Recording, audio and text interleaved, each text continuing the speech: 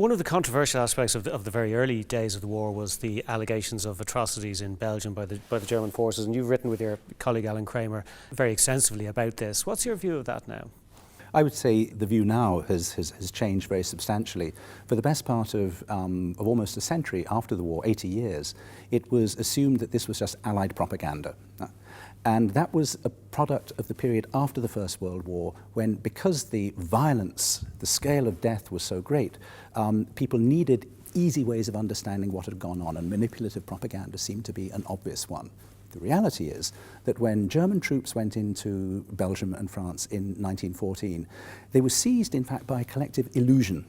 An illusion that what they were facing was a mass uprising by the civilians. And for them, the worst possible thing, almost an illegal thing in their eyes, was civilian resistance to an established army. In fact, they weren't faced with anything of the kind. And the result of our research, and it was a very sobering reflection, was to show how illusions, delusions, can have a massive impact in triggering actual events. So the German soldiers interpret anything which is unexplained in this August heat as civilian resistance. They start executing civilians, and very quickly the German government, the Kaiser, is accusing the Belgians of orchestrating such a resistance. And so there is a kind of mayhem for the first 6 weeks of the war. Over 6,000 civilians are gunned down, machine gunned down, collective executions, towns and villages are burnt.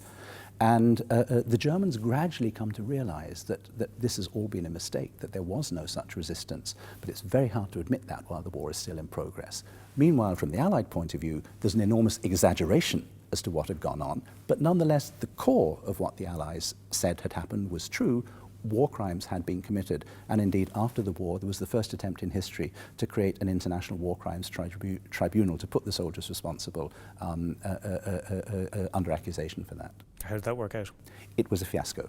It was the main sticking point for the German military in signing the Treaty of Versailles. Was the very much worse in their eyes than the loss of territory and populations in the post-war Germany. The idea that German officers would be traduced and sent before international war crimes tribunals was unacceptable. So the compromise was trials before the German Supreme Court, who would try the Allied prosecutions. No surprise, all of those who were accused, virtually all, were exonerated. But it was an important first step in international law and international war crimes trials.